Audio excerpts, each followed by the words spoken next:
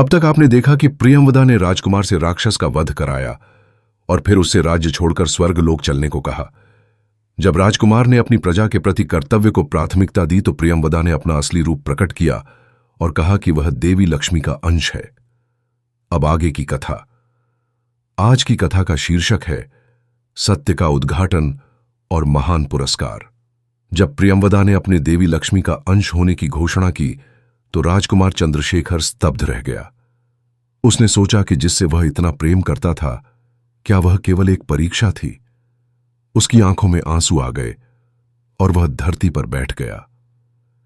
दिव्य ज्योति से आवाज आई कि राजकुमार, तुम दुखी मत हो। तुम्हारा प्रेम वास्तविक था और मेरी भावनाएं भी सच्ची थीं, परंतु मुझे तुम्हारी परीक्षा लेनी थी। राजकुमार ने कहा कि हे देवी, यदि यह सब परीक्षा थी तो मेरे हृदय में जो पीड़ा है वह क्या है? मैंने सच्चे मन से प्रेम किया था।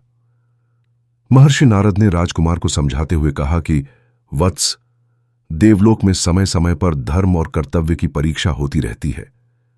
तुम्हारी परीक्षा इसलिए ली गई क्योंकि तुम भविष्य में एक महान सम्राट बनने वाले हो। दिव्य ज्योति फिर से प्रियंवदा के रूप में परिवर्तित हो गई।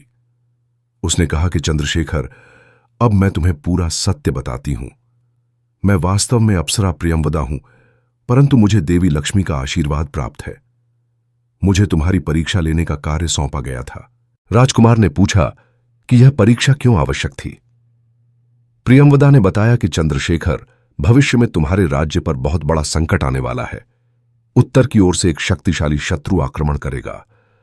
उस समय तुम्हें अपने प्रेम और कर्तव्य के बीच चुनना पड़ सकता है। आज की परीक्षा से पता चल गया कि तुम सही निर्णय लोगे। राजकुमार को यह सुनकर आश्चर्य हुआ।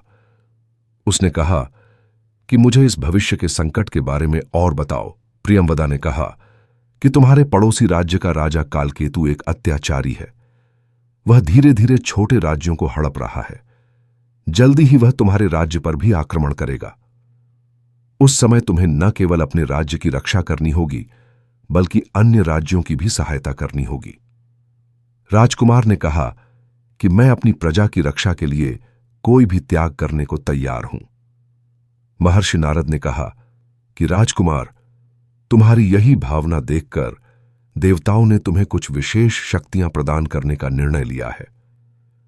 तभी आकाश से एक सुनहरा प्रकाश उतरा और राजकुमार के चारों ओर घूमने लगा। प्रियंवदा ने कहा कि चंद्रशेखर, यह दिव्यास्त्र है जो तुम्हें भविष्य के युद्धों में सहायता करेगा।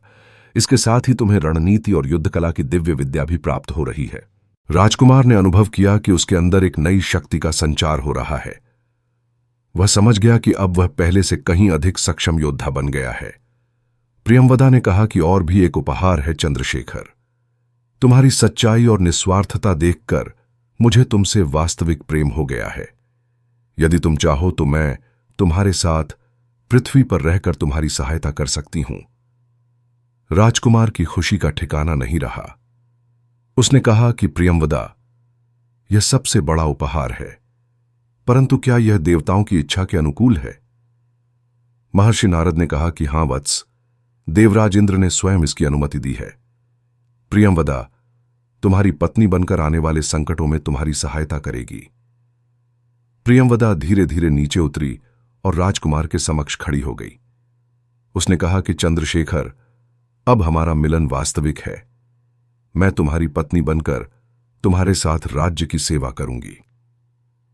राजकुमार और प्रियंवदा का विवाह महर्षि नारद की उपस्थिति में संपन्न हुआ। दोनों ने एक दूसरे को वरमाला पहनाई और 7 फेरे लिए। आकाश से पुष्प वर्षा हुई और दिव्य संगीत बजने लगा। विवाह के बाद राजकुमार और प्रियंवदा राजमहल लौटे। राजा महाबली और रानी को देखकर बहुत खुशी हुई। प्रियंवदा के दिव्य रूप को देखकर सभी समझ गए कि वह कोई साधारण कन्या नहीं है।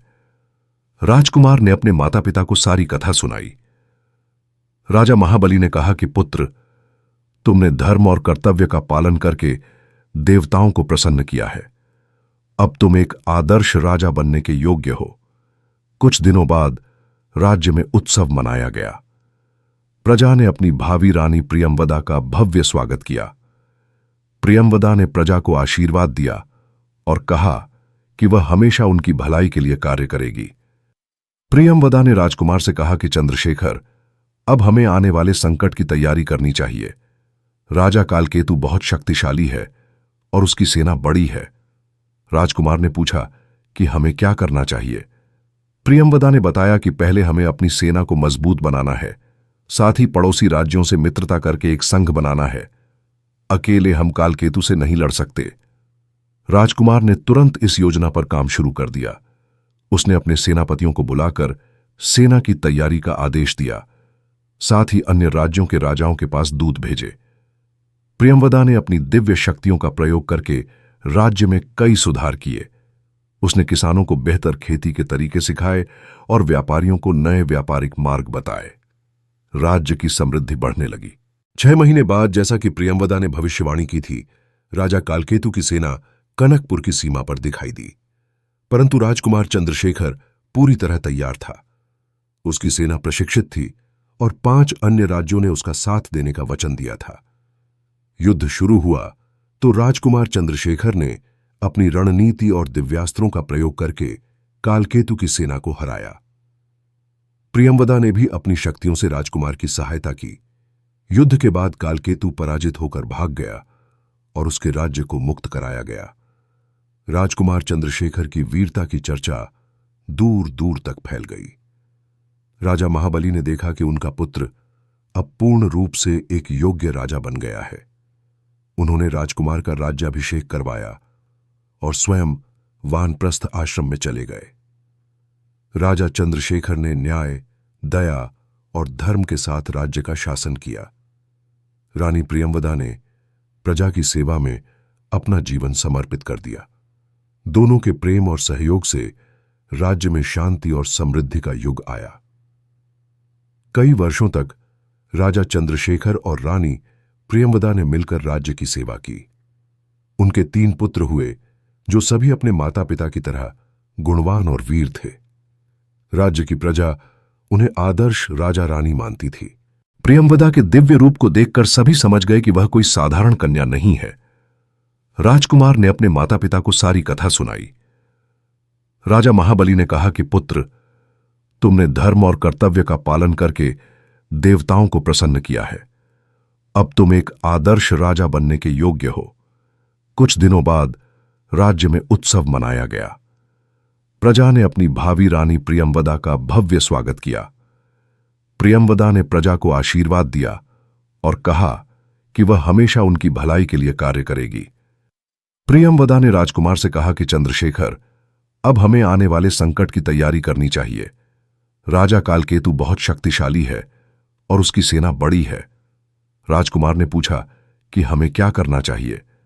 प्रियंवदा ने बताया कि पहले हमें अपनी सेना को मजबूत बनाना है, साथ ही पड़ोसी राज्यों से मित्रता करके एक संघ बनाना है। अकेले हम कालकेतु से नहीं लड़ सकते। राजकुमार ने तुरंत इस योजना पर काम शुरू कर दिया। उसने अपने सेनापतियों को बुलाकर सेना की तैयारी का आदेश दिया, साथ ही अन्य राज्यों के राजाओं के पास दूत भेजे। प्रियंवदा ने अपनी दिव्य शक्तियों का प्रयोग करके राज्य में कई सुधार किए। उसने किसानों को बेहतर खेती के तरीके सिखाए और व्यापारियों को नए व्यापारिक मार्ग बताए। राज्य की समृद्धि बढ़ने लगी।